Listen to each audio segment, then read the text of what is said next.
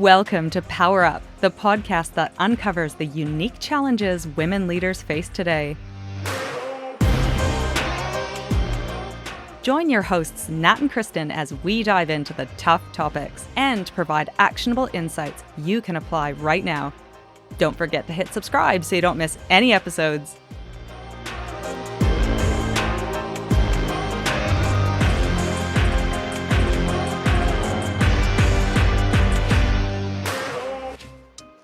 Today, we are talking fittingly about power. It's even in our name, Nat. But most women feel weird about wanting power. And I think that word want is really specific. Like, we feel really uncomfortable with claiming, with wanting power and ambition and kind of these intangible concepts of I suppose power, really.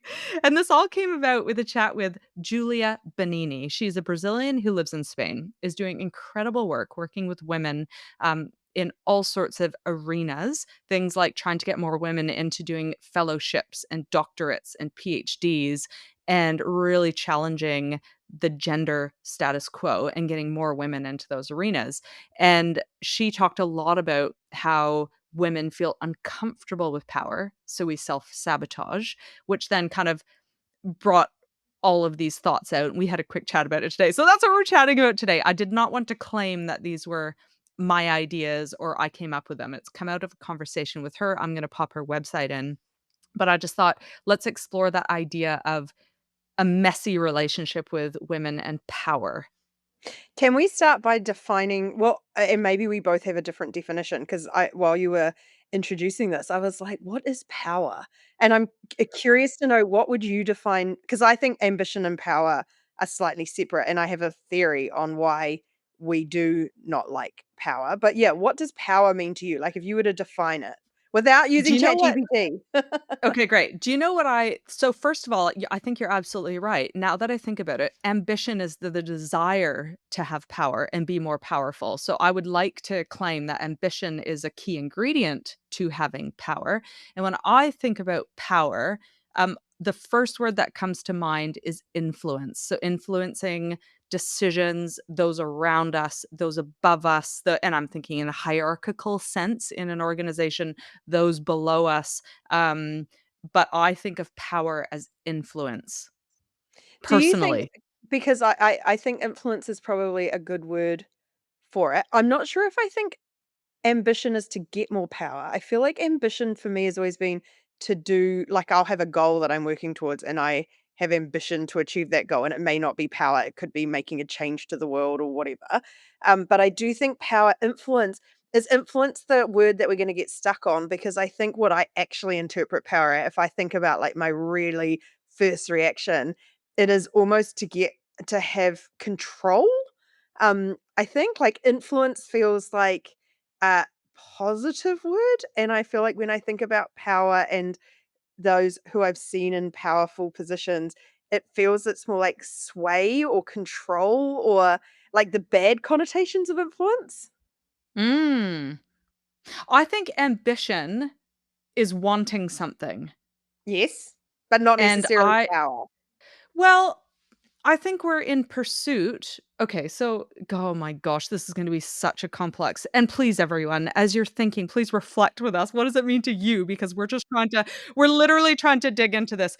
Okay, so I went the way we term, and we talked about this a lot when we started Power Suit. We're like, are we for ambitious women? You know, those that want to invest in themselves and take a next step and expand their capabilities. But then we certainly couldn't use the word ambitious because the women are like, well, am I ambitious? And I'm not ambitious. I just came off a call with someone who literally wants to expand her skill set in her current role. So she's like, I lack ambition. And I'm like, is that maybe? I don't know. So it's so loaded. But I feel like ambition is wanting more than what we have today, whatever that context is. And so it is a want, a desire for a goal, an objective, overcoming something, working towards something. Fine.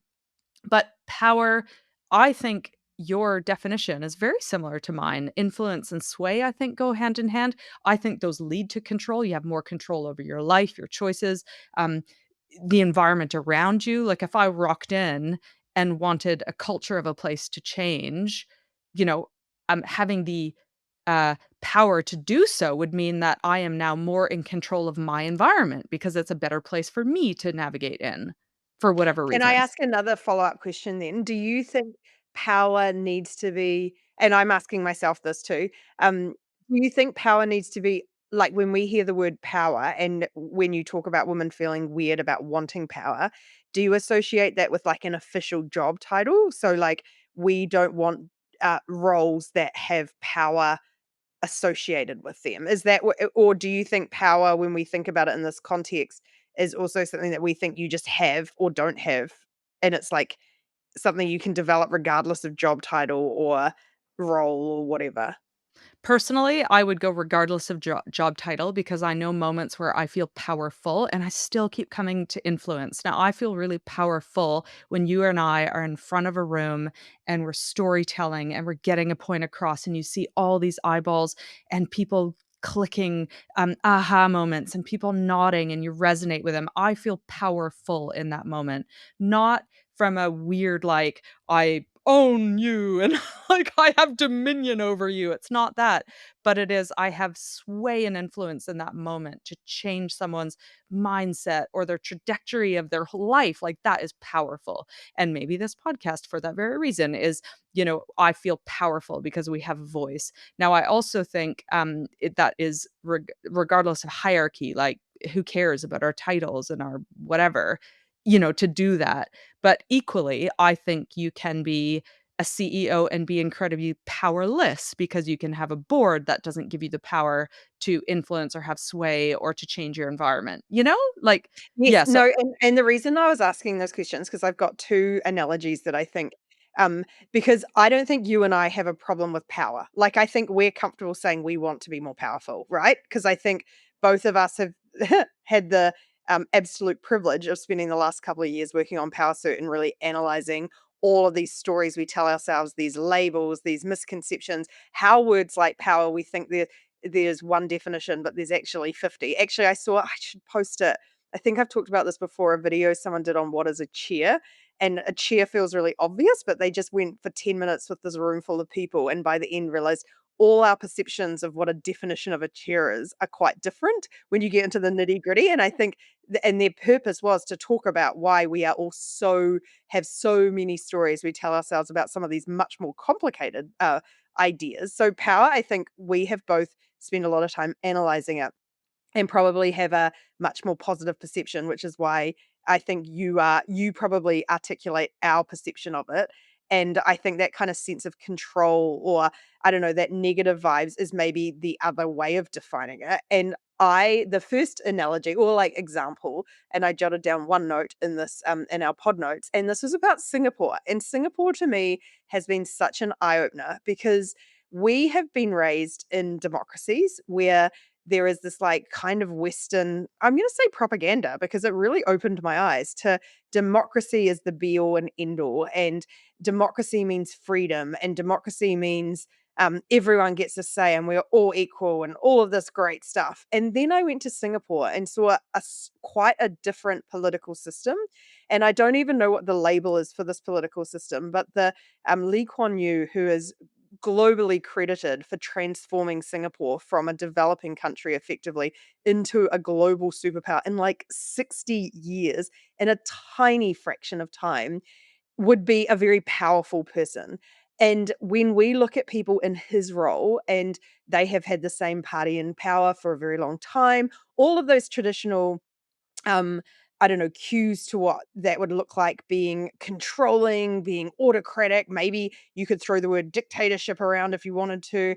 Um, we have such strong ideas about what they look like. And then you go to Singapore and you see almost utopia, this idea of these people who use power for good, and their whole perception of why they want to have these roles and why this long-term government is in place is to think long term, think 1,000 years, and think about how to improve the lives of everyone. And it just struck me when I was there, wow, we have such inbuilt biases around what those roles and what power can look like in those roles. Does that make sense? Like, it was really mind blowing to me how I was so biased about my view on that. Yeah, well, probably what I'm hearing is that we were told what well, we've always had role modeled and worked in systems and structures where there was a single type of power, and that was the power to attain, especially growing up with parents who went through the Cold War, and there was good and bad and communism and democracies and da da da. So that's interesting. That is a form of power, right and wrong, which would have come down. But equally, I think there's been really negative role models of power. We're even seeing it nowadays with the billionaires that are incredibly powerful and running what people are calling conflict platforms now, no longer social media platforms, but conflict platforms. And there's, people are incredibly powerful positions and not necessarily using their power for good. So I like and I mean, all to wrap up and full circle back, that's why we actually need more women in positions of power and influence, because they have shown yeah, as CEOs and at any table, actually, any voice, let's not talk hierarchy, but to have our influence and our perspective, because quite often we bring that lens for good, for longer term, for sustainable, for communities, for our customers, so on and so forth. Not to be tropey, but that is shown in research. I agree, and I think that's why I wanted to use Singapore as an example because I think my gut feeling about the word power around control, around trying to get people to do what I want is is built by what we see. And in my experience, up until experiencing Singapore, was if you were someone who had maintained a political position for a very long time, your party had maintained a political position for a long time, you were effectively a dictator and that was terrible and bad and absolute power corrupts and all of that sort of stuff. And then going and seeing, oh wow, all of those things can also be true for someone or a group of people who are applying a totally different view on what power the role of power is, and that is for greater good and community. And yeah, and I just thought, wow, that's probably why we have a weird relationship with power, because like when I look at how, like you say, social media, anyone who accumulates power in my world, um, apart from very few exceptions, it corrupts them. They become corrupted because it's about maintaining that power and building that power and getting more of what I want out of it. And I just realized we don't have many role models of people who use power for good. Like, we just don't. And that has made us feel really uncomfortable with the idea. Yeah, and I would say nothing's changed. It's few like, even now, just opening up the news every day and seeing these incredibly powerful people in positions of power where they can influence, effectively, legislation and laws and how we navigate this world, particularly as women. Yeah, it's kind of a scary place, to be. Julia Benini, just checking her last name, Julia Benini, talked about she works a lot on, this framework, which is Cedar Barstow's Right Use of Power framework. And the Cedar Barstow, I feel like I'm just gonna quickly research who that is, shows 3 types of power. The first is role power, so your position and our roles that we have, no matter what level they're at in our organization, give us legitimate power to influence decisions. So people do naturally come to us for inputs, for approval, for insights at every level. We don't have to wait for permission. Our role at any level, again, gives us that legitimate power. So there is role power that we do not have to sit at the top.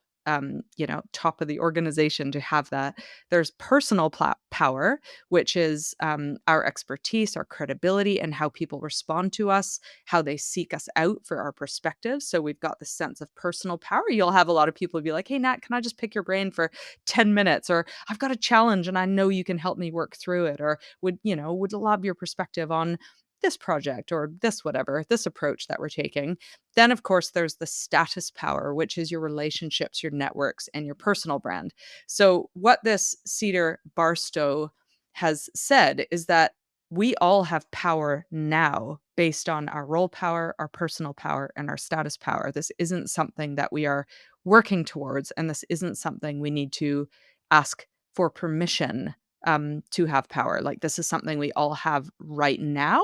And that's just a big mindset shift that this Julia Benini works with a lot of people on. Like, you do not need to be anyone else or have more skills or be a totally different person or have that role or your life look like this. Like, you have power right now. So I really like this because I think anytime we have sort of a three-pronged framework, I think we sometimes focus on one and not the others. And while I recognize that it doesn't matter what your role is, you can have power, that's actually the lever that is the least in our control. So if you're in an entry-level grad position, your role will give you very little power comparatively. And so as a result, I wonder if that's what we've all kind of trained ourselves to only think about the formal power, the power that's given to us through position. And if we don't feel like we have that as part of that, then we are powerless. And what I like about these other two is these are things completely in our control. You can build expertise, you can build credibility, you can learn, you can upskill, you can become an expert on whatever you want, and that will give you more personal power, regardless of job title. And then the same with status, like building relationships, building networks, becoming known for something, building that social capital, again, completely in our control. And I just wonder if we think about the definition of power we started with and that idea of like it's about controlling things or it's about influencing things. To me, like we just focus on that top one and go, oh, well, if I don't have that, if I'm not in the top job, I don't have power, you know? Yeah, and I like the example of a power suitor who was, not okay, I'm just gonna simplify the way I describe this. She was not what you would typically assume a position of power in her organization. Like, she was in an huge organization who was which was going through a lot of change, and many going through that change felt incredibly powerless and therefore checked out, felt they didn't have a voice, felt they couldn't influence, and so they checked out. So they completely what was it? What's that word where you just it's not renege.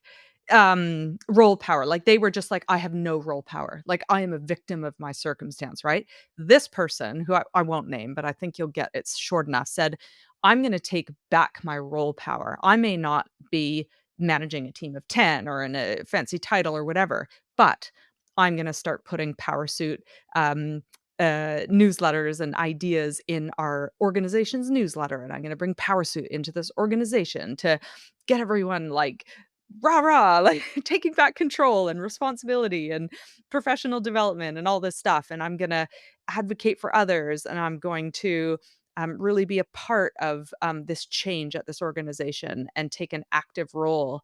And that is a really great example of role power. Like, she had legitimate power to influence her organization at her level in a massive organization. Do you think that's I would have put that down to personal and status power. I'm like, that wasn't her job. That was the power she chose to use through influence, through her relationships, through social capital, through building credibility. Like, she didn't need to rely on her role for that. I think what it wasn't relying on role. What I am debunking, I think what I'm trying to do is debunk that she had huge influence in her role at her organization, and people then all I yeah, think like, we're I saying know the it same wasn't thing, but I do yes. wonder if like, to me, the thing is we focus on the role, and if the role doesn't explicitly give us that power, then we don't think we have it, whereas what I think and I do think I know who you're talking about, what she did is go, "I don't care what my role power gives me. I can create power through these other levers, through my personal expertise and through my relationships and networks." So, that role power is only at maximum a third of the power you ever have, and, like, fine, you don't have that? Great. I'm not the person in charge of what program rolls out at this organization. I can influence through my Yeah, great. other levers of Yeah, power. great. I love that. I love that view. It's a three-legged stool. The only hair I'm gonna split is she literally had power. I'm gonna split the hair that was like, say we build no more role power, right? Like, we don't, say we build Your nothing else there. graduate Say we entry build level role with no decision great. making. Yep, yep. Say we build no more personal power. I do no more development this year. Say I build no more relationships or networks this year. I still have role power. I still have personal power. I still have status power. I can do nothing and I still have power. That's the hair I'm going to split. I still have power. People, as my graduate role, will still come to me to involve me in a decision. They will still come to me for insights. They will still come to me for perspectives. I might own this tiny little spreadsheet, but I have power Oh, of yeah, that. yeah, yeah, yeah.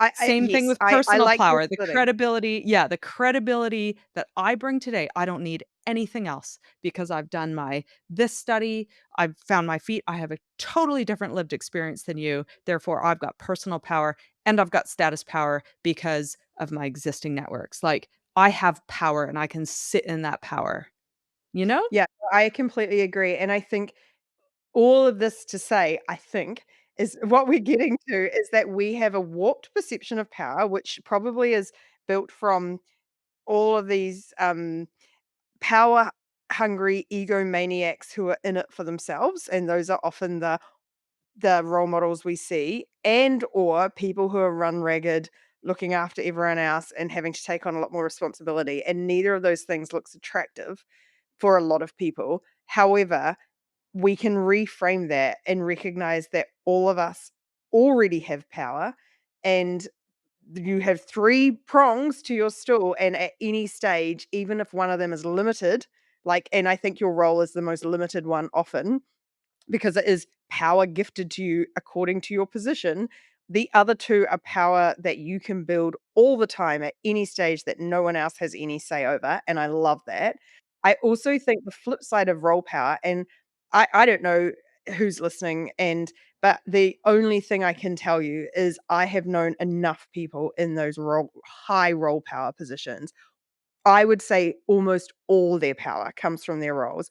They haven't invested time and status, they haven't built great relationships, they haven't respected other people, they've thrown their power around, they haven't invested in their networks as a human, they've only really relied on their role, they haven't built credibility, they don't even necessarily have the expertise, and when those people lose those roles, their entire ability to influence crumbles with the role. Whereas I've seen other people use all 3 prongs, doesn't matter what role they're in, they are still very powerful, and I think that's another lesson we should all take away is that if you are thinking role power is the be all end all, you've got it on its head, and it's actually that is the easiest one to get and lose, and it's not in your control as much as the other 2 are. Yeah, I love that. Okay, so looking at Cedar Barstow, uh, Cedar Barstow is a psychotherapist, international trainer, and ethics consultant. And so, yeah, increasing ethical awareness, compassion, wisdom, and skill. So she's written a book called The Right Use of Power. So be interesting her take on these 3 prongs, but I quite like how we've brought it home into practical terms sense in our life. But yeah, just interesting. If anyone wants to, I've just shared that info. If anyone wants to go deep dive more into where this whole kind of the 3 roles of power came from, but I like, I think we've done it justice. I think we've gone well. Well, we've given ourselves an A plus plus, and I think we've probably gotta jump off, but I also feel like this is something when we were discussing this beforehand, and I do think it's important to bring wealth into this because I feel like we spent, what, 5, 6 years digging into wealth and why women resist wealth as well, which we really do, and I think if you think about your gut reaction to those 2 words, power and wealth, and if both of your reactions or either of your reactions is negative, there's probably an indication that there is a whole bunch of stories and biases and role models and conditioning that have shaped your views on those words. And actually, there is no fixed definition that we all subscribe to. So maybe it is worth investigating your own beliefs about them and thinking about how you might be able to turn them into a positive for you, or even just examine those negative biases. Because if that's what's stopping you moving into positions where you have wealth and power, that's a real shame, like you said at the start. What a shame to not have more people on the team of good in those positions who have the money and the power to use to make the world better, and that is exactly what we'd like to achieve at Power Suit is for other people to see their positions in those roles and in those places and use it for the good.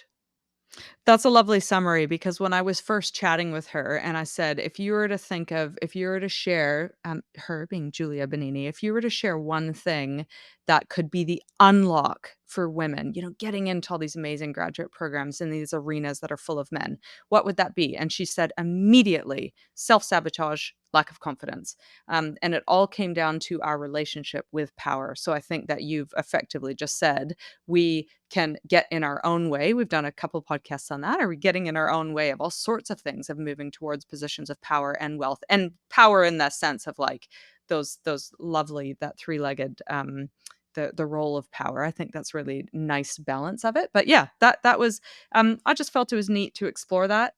Hopefully everyone followed along our journey and gave some food for thought. Really our goal is to kind of create conversation around what could be unlocks for us to move into arenas that not only where we feel more fulfilled and well, but equally the world is a better place. Our workplaces are better places. So that was Yeah. it. And I think the other test for people, because this is something we used to get told all the time around wealth, is I don't care about money. So if you find yourself saying, I don't care about money and I don't care about power, please double down on this, on the reflection, because I guarantee people who claim to not care about money or power wind up being the people who spend the most time being impacted and thinking about it, because having power and having money gives you the freedom to not worry so much about being powerless and moneyless. So if you have that sort of self-limiting belief that you don't care about them, challenge yourself to re-examine what those labels mean and how you might use them for good, and why you feel really uncomfortable with both of them. Because I feel like we've had, again, the privilege of a couple of years, well, the last decade of our lives devoted to why we feel uncomfortable with a lot of them. And it's amazing what you can start to come up with when you start to think about, wow, I have some weird conditioning around this being just an assumption, almost around what they mean, and it doesn't have to be true. Yep. Well said. Everyone check out powersuit.com. Share this episode and check out powersuit.com and come and join us. We will And use our, what is it? What power are we using? Status power. Use our status and personal power to ask people to share. It's true though. If you think we're credible and you want to be friends with us, you have to share our podcast. yes, thank you, everyone. Thanks for using your power through our power. And we'll catch you all next time. Bye. Bye.